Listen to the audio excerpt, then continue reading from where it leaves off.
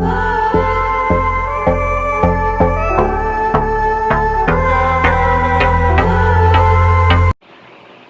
guys, this is Sulipto Pandey and I welcome you all in my channel once again. So today we are going to discuss about the topic physical barrier and how to overcome it.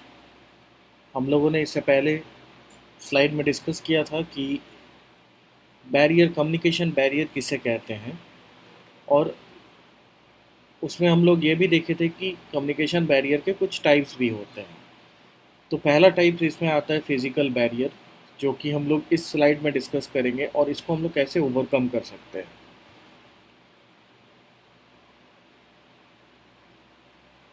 तो हम लोग को पता है कि communication barrier क्या होता है, कि जैसे जब भी कम्युनिकेशन प्रोसेस हो और किसी भी तरह का कोई ऑब्स्टेकल आ जाए जिसके कारण अगर इंफॉर्मेशन को ट्रांसफ़र करने में दिक्कतें आती है या डिस्टरबेंस होती है, तो दैट इज़ कम्युनिकेशन बैरियर।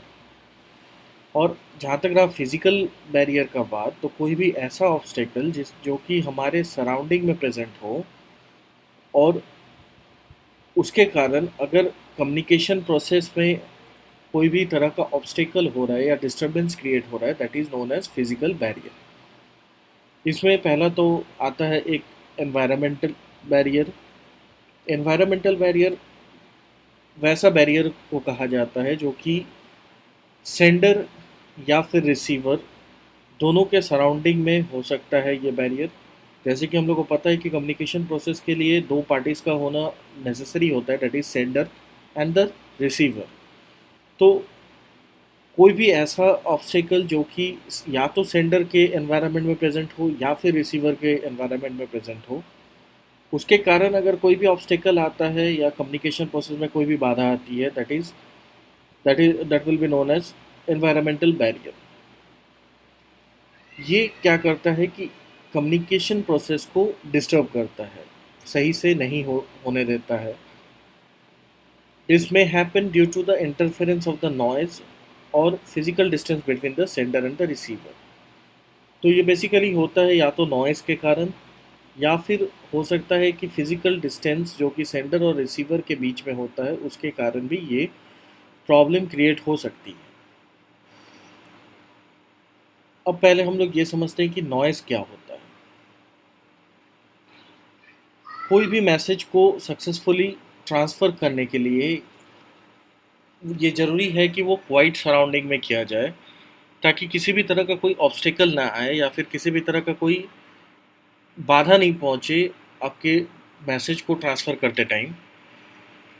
और अगर किसी भी तरह का नॉइज़ होता है, किसी भी तरह का कोई भी आवाज़ आती है या जिसके कारण अदर देन द मैसेज या इन्फॉर्मेशन वो रिसीवर को कहीं ना कहीं डिफ़िकल्टी में डालता है, या तो वो सही से सुन नहीं पाता या फिर सही से पढ़ नहीं पाता जो भी इन्फॉर्मेशन वो रिसीव करता है।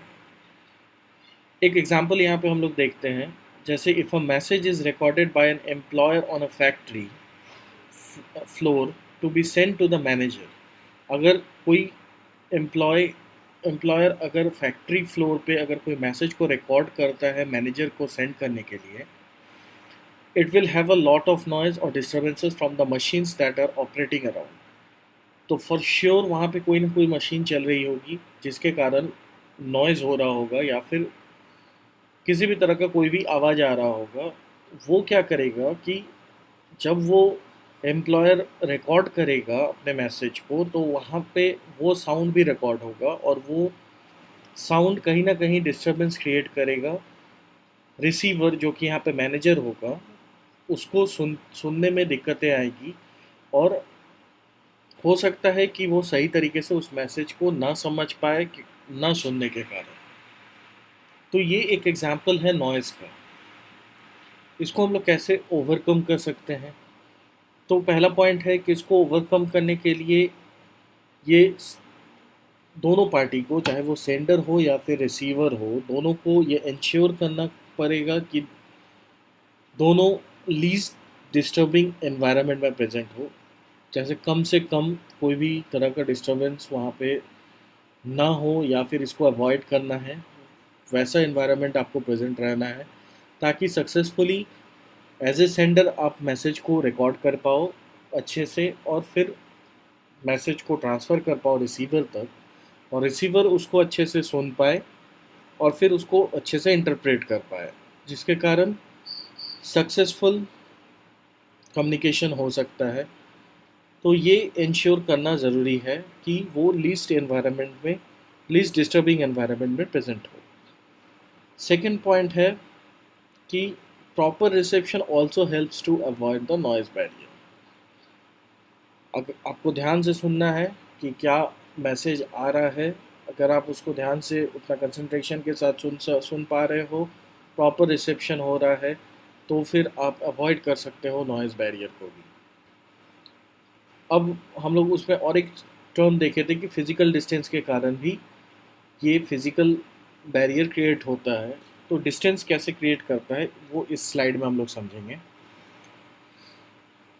कि सेंडर एंड रिसीवर के बीच में डिस्टेंस एक तरह का बैरियर की तरह काम करता है कभी कभी कम्युनिकेशन प्रोसेस के दौरान। ये कब होता है? जब डिस्टेंस जो हो सेंडर या फिर रिसीवर के बीच में, या तो वो काफ़ी क्लोज होता है तब, या फिर अगर काफ़ी दूर होता है तब ऐसा प्रॉब्लम क्रिएट होता है।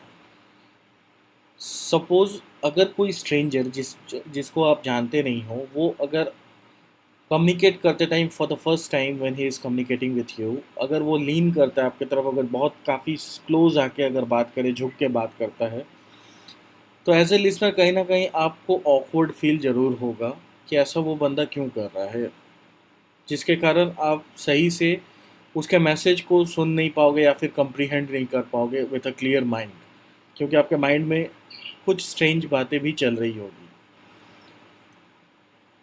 इसी तरीके से अगर कोई इंसान काफ़ी दूर खड़ा है और वो आपको मैसेज सेंड कर रहा है, तो दूरी की वजह से हो सकता है कि आप उस मैसेज को अच्छे से इंटरप्रेट ना कर पाओ या फिर अच्छे से सुन ना पाओ क्लियरली, जिसके कारण आप मैसेज को समझ नहीं पाओगे अच्छे से, और उसका फिर फीडबैक सही से नहीं होगा, तो कहीं ना कहीं कम्युनिकेशन फेलियर होगा। तो यहाँ पे आप लोग समझ सकते हैं कि डिस्टेंस भी एक तरह का फिजिकल बैरियर की तरह काम करता है।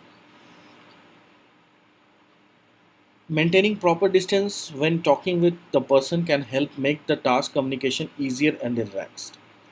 एक प्रॉपर डिस्टेंस को मेंटेन करके अगर बात किया जाए या फिर कोई भी मैसेज को ट्रांसफ़र किया जाए, तो ये कहीं ना कहीं हेल्प करता है कि कम्युनिकेशन प्रोसेस जो है वो इजीली और रिलैक्स वे में सक्सेसफुली हो जाए। इसको ओवरकम करने के लिए कुछ पॉइंट्स हैं। पहला पॉइंट है, when there is too much distance between the sender and the sender of the message should restrict himself from communicating.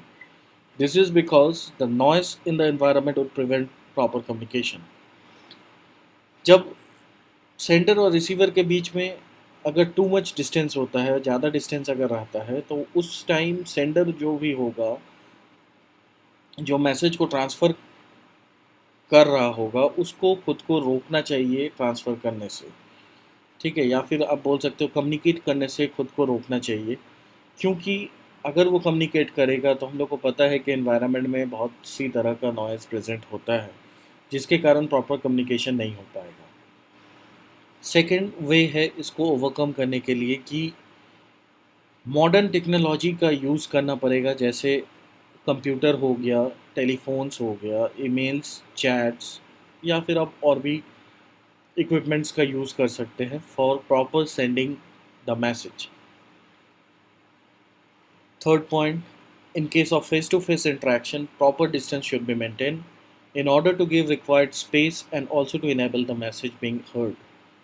अगर आप फेस टू फेस इंट्रैक्शन कर रहे हैं तो प्रॉपर डिस्टेंस मेंटेन करना ज़रूरी है, ताकि आप क्लियर माइंड के साथ मैसेज को अच्छे से सुन पाओ, समझ पाओ और उसको इंटरप्रेट कर पाओ, फिर आप सेंडर को फीडबैक दे सको। So in this way we can avoid the physical barrier, or you can say we can overcome it.